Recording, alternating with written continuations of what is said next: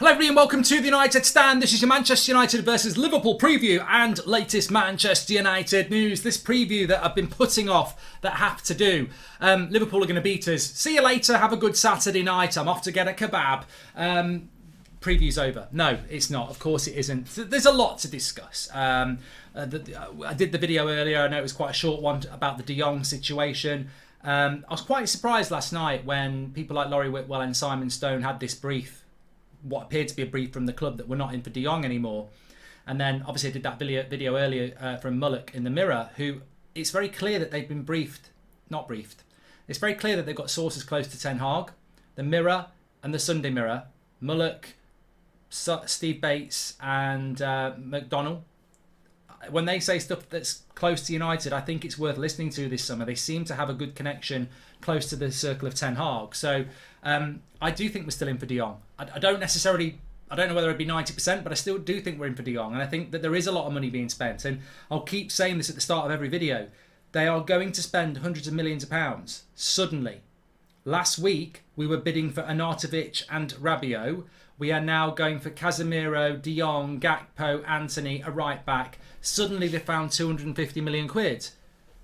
They weren't going to spend that money. They're going to spend the money because they're terrified of what you're going to keep doing, hopefully, which is force the Glazers out. So, yes, for me, this money should have been spent many times before, like this. It doesn't rescue the Glazers, and actually it's the club's money anyway. So, enough on that. But, yeah, look, lots to talk about. I want to talk a little. I think Antony will be the next player to come in, and I want to talk about how this team develops, because this Liverpool game is so much more than Liverpool, which is very hard to achieve when you're playing Liverpool, because Liverpool is our biggest game of the season. The Anfield game and the Old Trafford game, they're the two biggest games of the season. Forget Man City or anybody else. Liverpool, Man United, they're the same.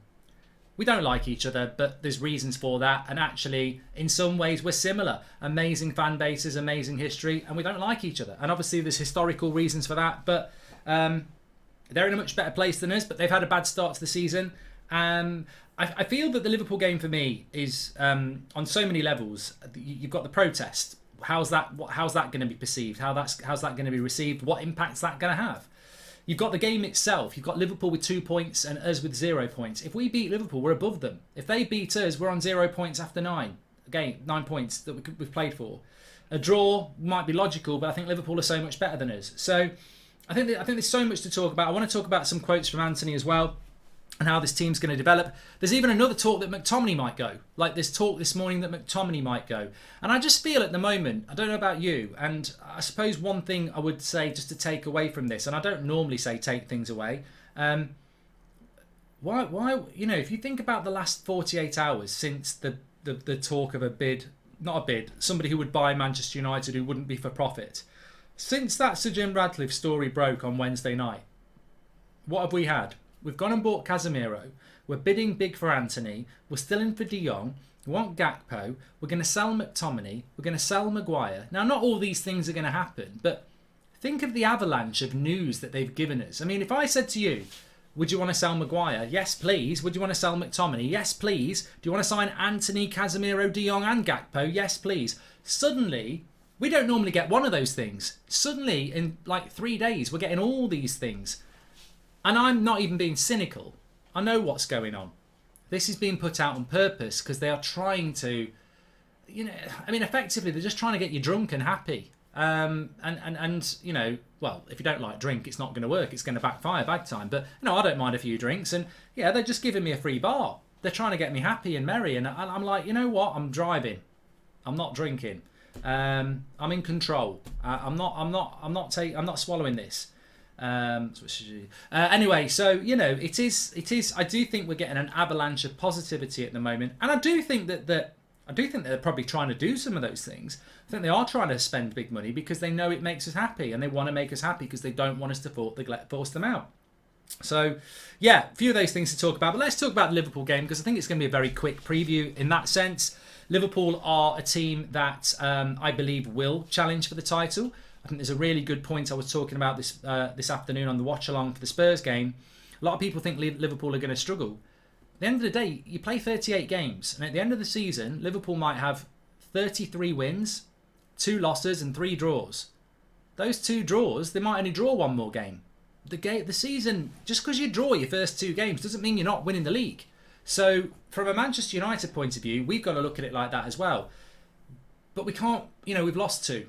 We can't be losing 3. You lose your first 3 games and I think you're in real trouble to turn your season round.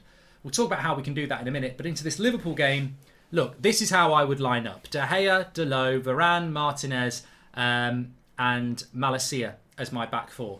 Now, people might say, first thing people are going to say is, well, you've got to put a bit of height in there. You've got to put a McTominay in the team or a Maguire in the team. And maybe against Brentford you do.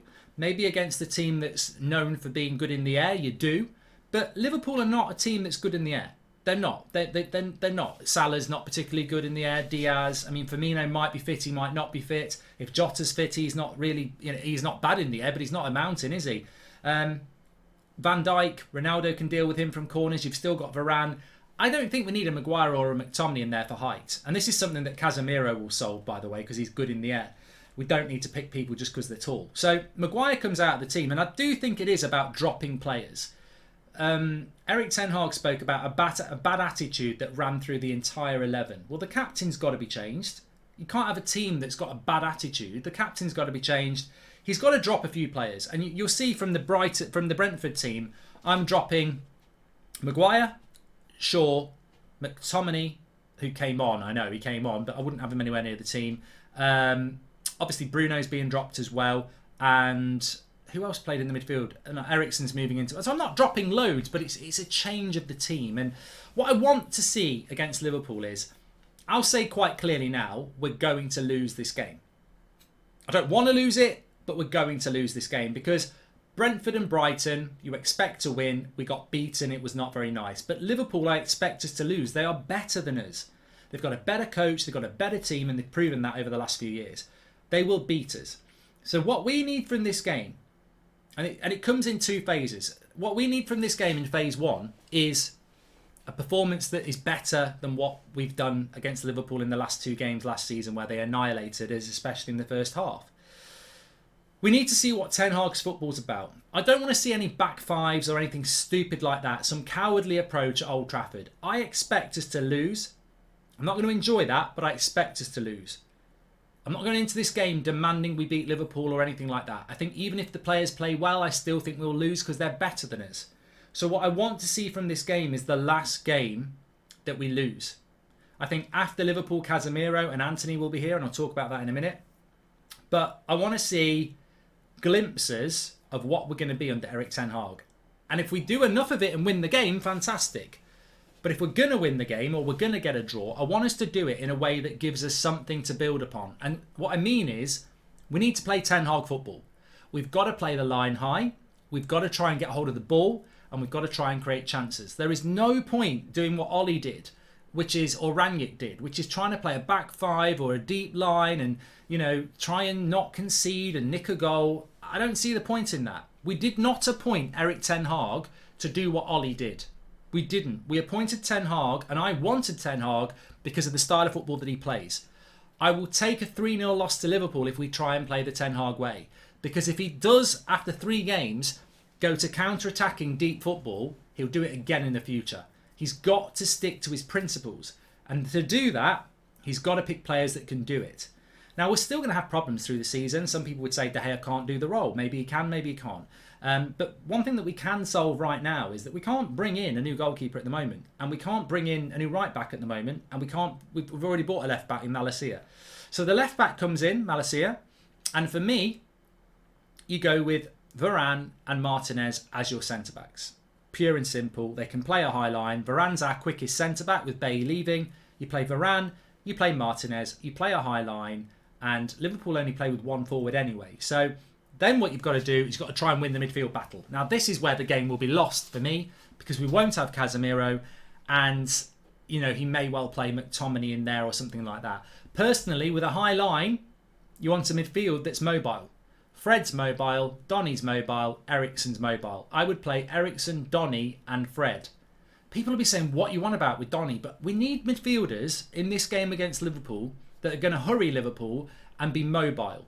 Because Liverpool are a mobile team. You've got to pick up the runners. You've got to win the tackles. You've got to chase the ball down. They move the ball around quickly. Scott McTominay is a passenger against teams that move the ball quickly, just like Harry Maguire is. So Varane comes in for Maguire.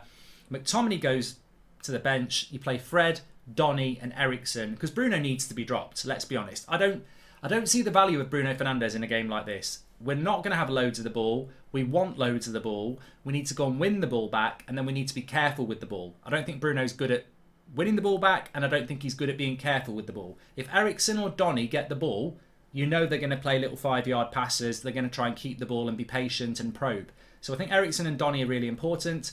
Fred, I think, has to play just for his pure tenacity. He was pure crap against Brentford, I know that, but at least he's mobile. And look, we've got nothing else until Casemiro comes in. Again, on the wings, we've got nothing else. Sancho and Rashford have got to play because, to be honest with you, we don't have an Antony yet. We don't have a Gakpo yet, and you can't throw Alanga in, so it's got to be Sancho and Rashford. There's nothing else. Martial maybe could be involved in this game. And you know what? If Ronaldo wasn't here, I wouldn't be opposed to playing Martial, but Ronaldo is here, so you've got to play Ronaldo. You could play Martial off the left. I'd quite like to do it, and I'll explain why. I would play Martial off the left for this reason. If you've got Donny and Eriksen who get on the ball and can play a 5-yard triangles and all that stuff, so can Sancho, so can Martial. And if we want possession, because the way you've got to beat Liverpool is you've got to be good with your possession. Whether you want to, counter them or whether you want to just keep the ball and kill the game a little bit, we've not got players who can get on the ball. And I think that if you play Donny, Eriksen, Sancho and Martial, all those players are very good at holding the ball up, little 5-yard passes, probing this, that and the other. And that's how I would approach it. Do I think he's going to pick a team like that? I'll be surprised if McTominay doesn't start. I'll be surprised if Rashford doesn't start. I'll be surprised if Bruno doesn't start. And ultimately, I'll probably be surprised if Maguire doesn't start. But I think we're going to get beat by Liverpool, in my opinion. And if we're going to get beat, we need to see something that we can build upon. We've not even seen Ten Hag football against Brighton and Brentford. We saw it in bloody pre-season. So I want to see that high line. I want to see us try and get on the ball. And I think the crowd will be receptive to that as well. So that's how I would line up. And I think if we can lose the game 2-0, I'm going to go with a 2-0 loss. I know that sounds ultimately defeatist, but they smashed us last season. And they are one of the best teams in Europe. And they have drawn their first 2 games. And I think they are going to start bouncing back very soon. And I think that if we can get a draw, fantastic. If we can beat them, amazing. But if we can play reasonably well and show some progression and, a system, and maybe we lose the game 1-0, 2-0, I think that is horrible, but it's something, knowing that we've got players coming in after the game. So I think we will lose, and I'm going to go 2-0 as much as I don't want that to happen. But the positive for me is, what does this team become straight after the Liverpool game? Because Casemiro is available for Southampton. I think we will have Antony in very, very soon as well. And straight away, you take either Van der Beek or Casemiro out. Sorry, Van der Beek or Fred out. You put Casemiro in. The options in the midfield open up straight away. And straight away, you can take Sancho or Rashford out the team and put Antony in. So that team is going to get better. It will get better. And maybe if you get, as I was saying earlier, we're still in for De Jong apparently. If you get De Jong, that midfield gets even better. If you bring Gakpo in, you get even more options as well. So who knows what we're going to end up with in the transfer window, but I fully expect we're going to have, we know we're going to get Casemiro, and we know we're going to have another winger by the Southampton game. So look, I know it's not nice to say it.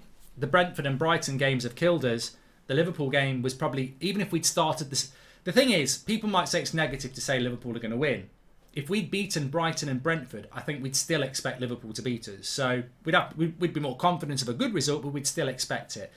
Unfortunately, I think we are going to have to take a little bit more humiliation pie, where we are going to have 0 points from 9. But, this is why the Glazer thing and everything is really, really important. That's my prediction. I think we will lose, but I want us to lose in a way that we can build. And I think we've got to play the high line. And you know what? I look at that back four. I look at Malacia. I look at Varane. They bring a bit of pace to the back four. Am I scared that they're going to kill us on the break? No, I'm not scared they're going to kill us on the break. We have got mobility in that back four. Obviously, Luke Shaw's got no mobility at the moment. That goal that Brentford scored. We know that Maguire and Lindelof haven't got mobility. So you are worried about the ball over the top last season for a Mane or a Salah. But I think, a Salah or a Diaz Diaz running through our back line. I don't see it happening that often when you've got Varane and Malacia adding pace to the back four. So I think we've got to play on the front foot. It's Old Trafford. I don't think Ten Hag needs to be worrying about parking the bus at the moment as well. I don't know whether he gets the message, but the fans do not blame Ten Hag. The Glazers 100%, the board 100%, the players 100%.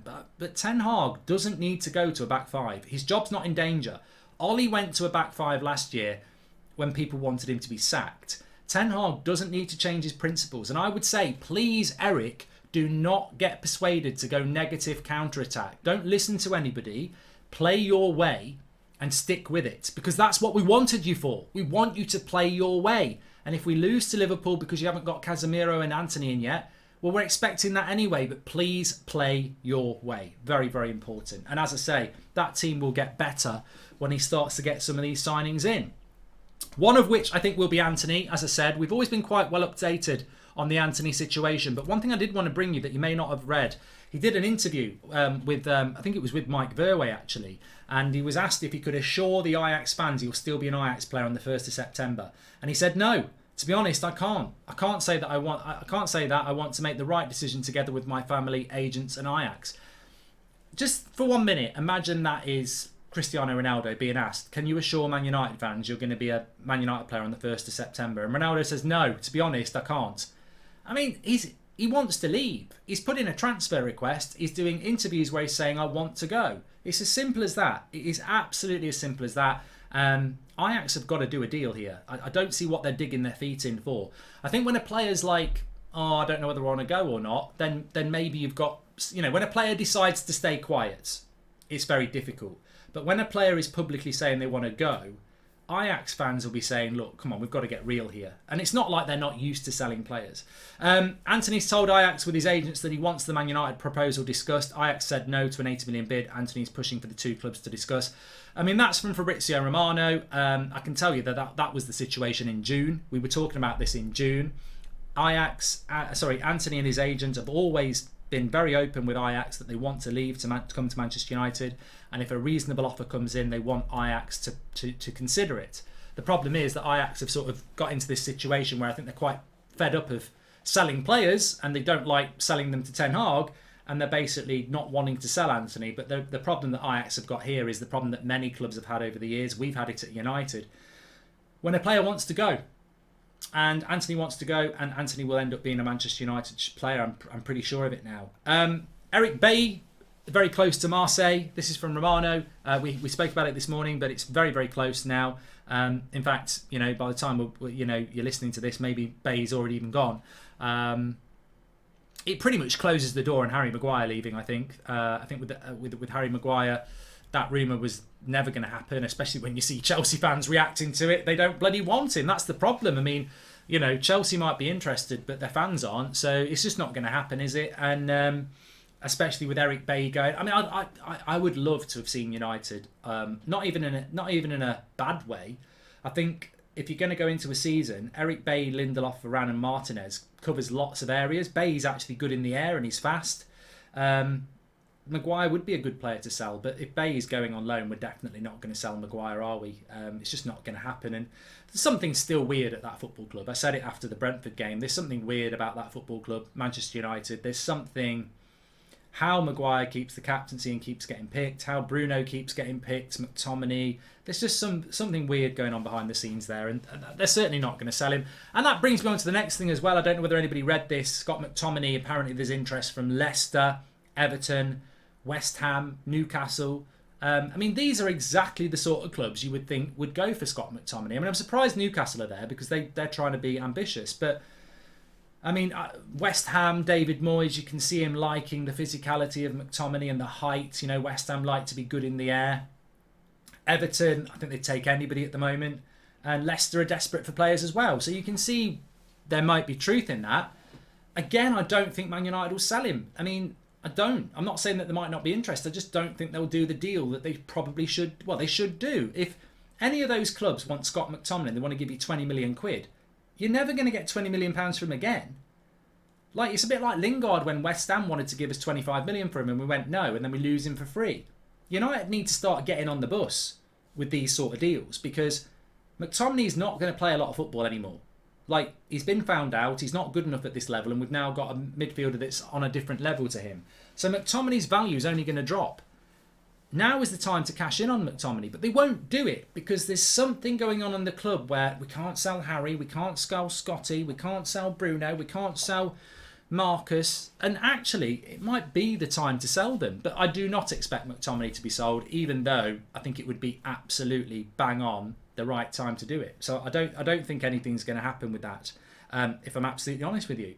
But look, there is absolutely no denying that there is a lot going on with Manchester United at the moment.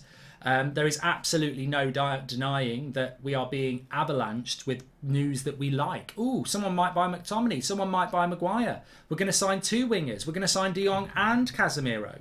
And as we've learnt with the Glazer ownership of Manchester United, it doesn't actually matter if it happens, as long as the fans believe it a bit and get positive.